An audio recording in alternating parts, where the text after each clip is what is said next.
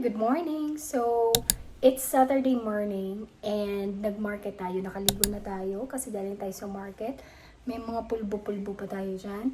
And I decided to share ko ay yung usual ko na mina-market for a month or more than a month's supply. Let's start! Hi, good morning! So, kagagaling lang natin sa market. And this is the first market after ng vacation natin sa province. So, karamihan ng mga kinuha ko, as you can see here, ay gulay. And I will still show you yung mga meat products, pero konti lang yung fish. Kasi madami tayong dala from the province. Ito na ako at magkakape na tayo. But I decided to share kung ano yung usual ko na kinukuha for a month or more than a month's supply. So, this is the first batch. Nasa basket pa yung iba. So, let me just share. Mamarket na ako ng isahan, bultuhan, since we already have a bigger ref, para mas tipid in the long run at less din yung pagod. So, we will start with this very big na kangkong. Look. So, I'm thinking na magsinigang. So, ayan. Magsisinigang tayo. At yung sobra, maggagawa tayo ng parang chowking na with bagoong. Yan. At since magsisinigang tayo, meron tayong konting radish na mayroong pang ganyan for flavoring lang. At I'm craving for, ito, month dito na supply kasi gusto ko yung toge na lumpia with kamote at yung ginisa lang. So we have toge. 22 pesos yata yung isa nito. And then we also have supply of asin. So madami tayong asin to. Gusto ko yung rock salt kaysa sa iodized salt. So this is just 10 pesos. So we have 3. And then, so I got this bell peppers. So firm, so nice, quality. So hugasan natin yan mamaya. And these are good bell peppers. Very nice. And then we have Baguio beans. Ito, nagbe-bell pepper ako for caldereta, igado, etc. So, for supply, palaging meron tayo. At yung sobra nito, pag hindi ko na magagamit, to save, ay pinifreeze natin. And we have Baguio beans. So, this is just 30 pesos. So, mura siya ngayon. So, 30 pesos plus ito, parang 35. Itong lahat na. Yan. Baguio beans. We also have, ang ganda ng ating sili. So, parang ang crispy-crispy pa niya. So, ito, ang mga palagi natin binibili ng napakadami kasi palagi tayong may recipe na nangangailangan ng sili for whatever recipe kailangan mas masarap yung may kick. So, look at our sili. Ang ganda. Ayan. Ayan. Look at the quality. So, it's better na bumili na ng madamihan kaysa sa pakunti-kunti. So, one-time blow lang. At isang pagod na rin.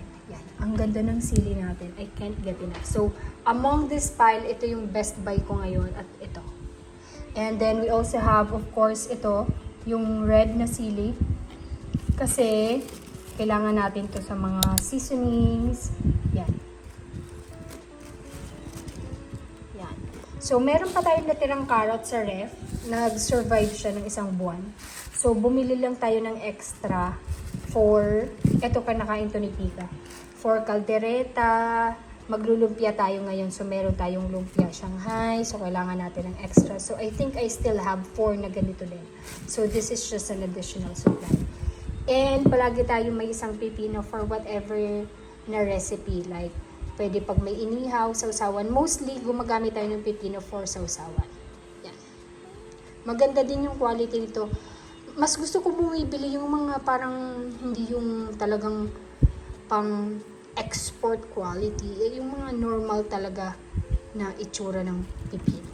At bumili tayo ng celery for our lumpia. At ang kagandahan, meron siyang kasamang ugat. So, try natin patubuin. Yan. Yan ang ating celery. Konti lang for the lumpiang Shanghai lang. At bumili din tayo ng 2 mais, isa for nilaga, not for the sinigang, at yung isa try kong ihawin. O, diba? 1:1. So, this is just, I forgot, parang 30 pesos or less tong dalawa. Usually sa grocery ko to binibili, kaso since wala na tayong supply nito. Ito lang naman yung kailangan ko ngayon since I will be cooking my food na at matagal pa tayo, a week pa tayo mag-groceries. So, bumili ako ng extra, ipapakita ko mamaya kasi magagawa ako ng tapioca. I'm craving for tapioca. So, this is 10 pesos each na sago na perfect ko na kung paano to gawin. Yan, may langgam pa. At talong. So, gagawa tayo ng prito lang na talong. Gagamitin din natin to for recipes like binagoongan at nilaga. Ayan. Nag-iingay si kuya sa kabila. Nagbo-music. So, yan.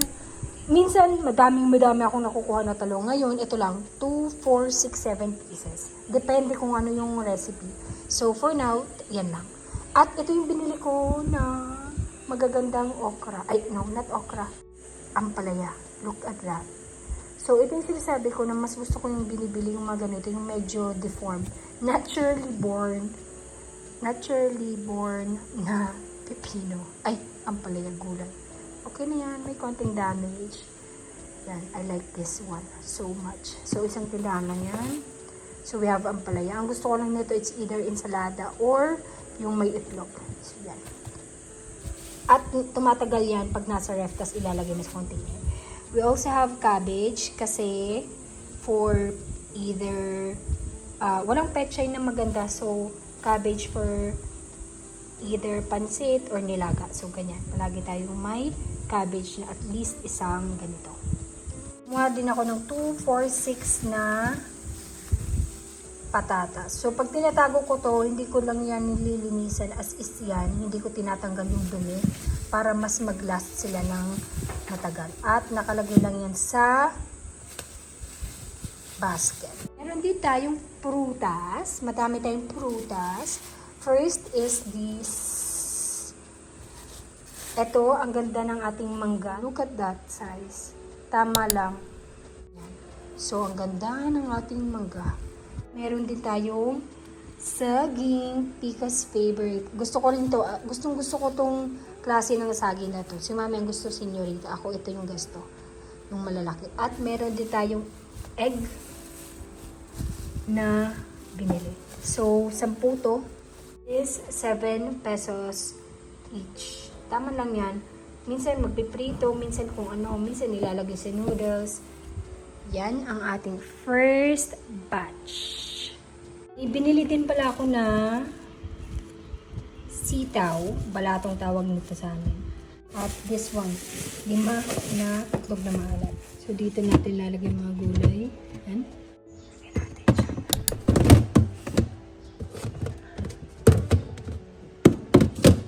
So, yung mga hindi muna natin gagamitin, dun sila sa gilid para hindi easy access.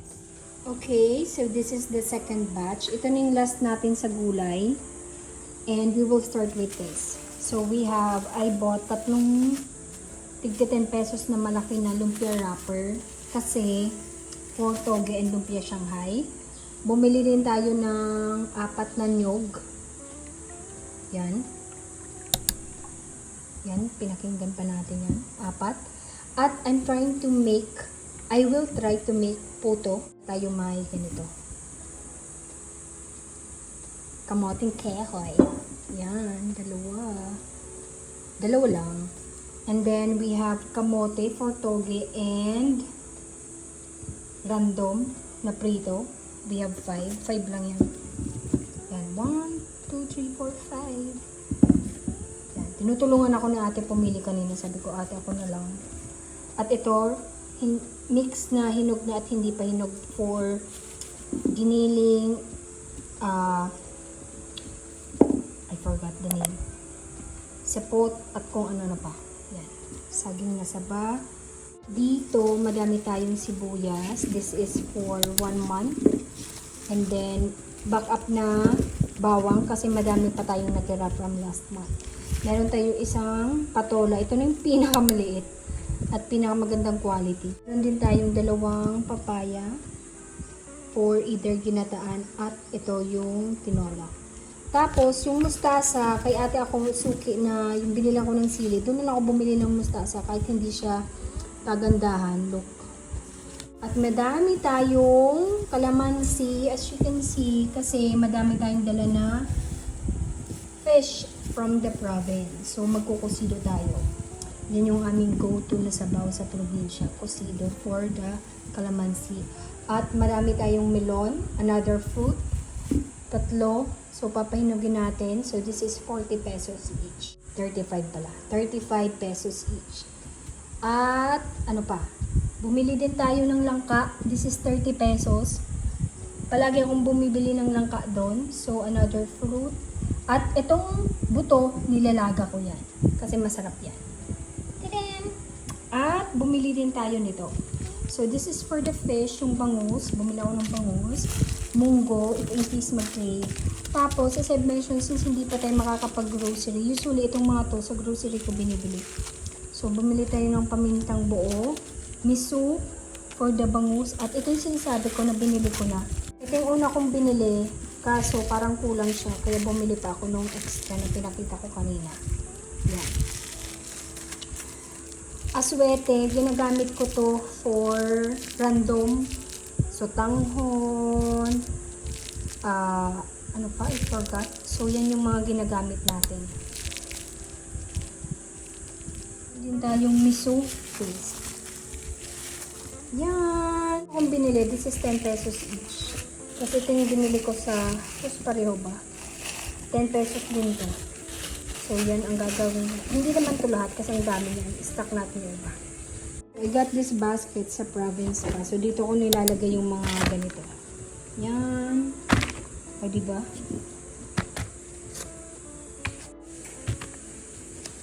So, hindi natin yung magasan.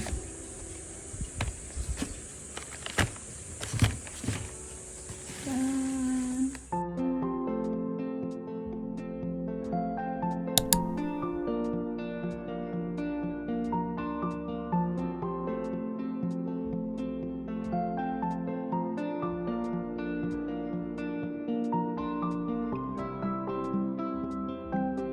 Yung luma na bago ako mag-market, hiniwalay ko na para sila muna yung gamitin. Wait natin. Nahirapan ako pumili. Ang gusto ko buto-buto for caldereta or whatever. At then, ito ribs.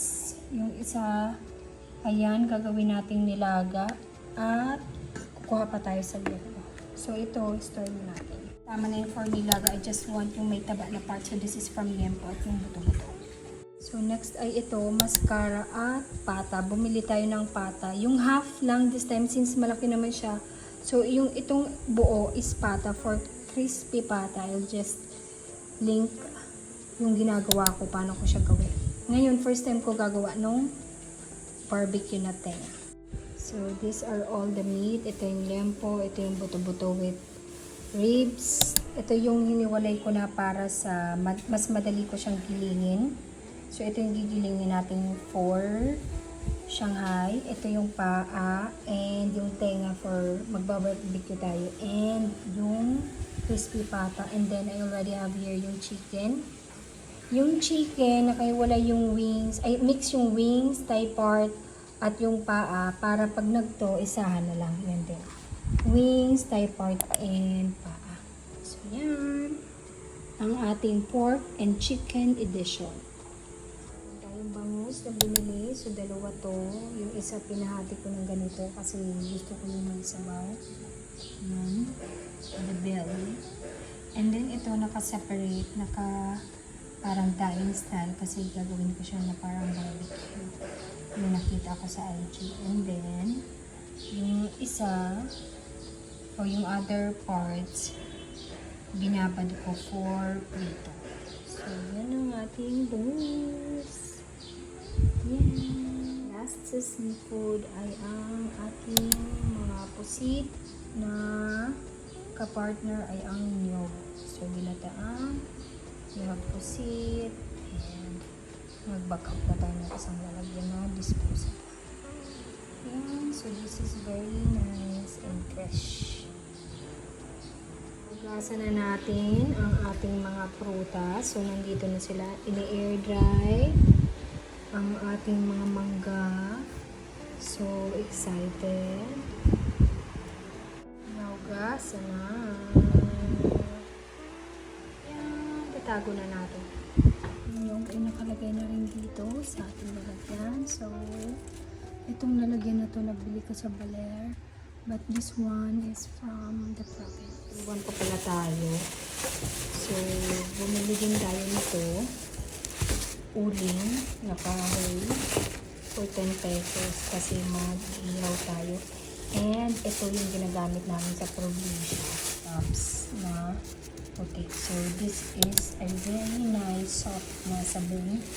Gustong gusto ko ito ginagamit sa mga panghugas ng mga kaldero kasi sobrang naalis niya yung oil sa iyo.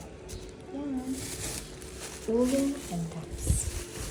That's all. Natin yung iba dito. Nilagay ko lang dito para sa labas. Yung mga ganito, pati yung melon para madali siyang mailog. So, ito yung mga kakainin natin the next few days. Tadang!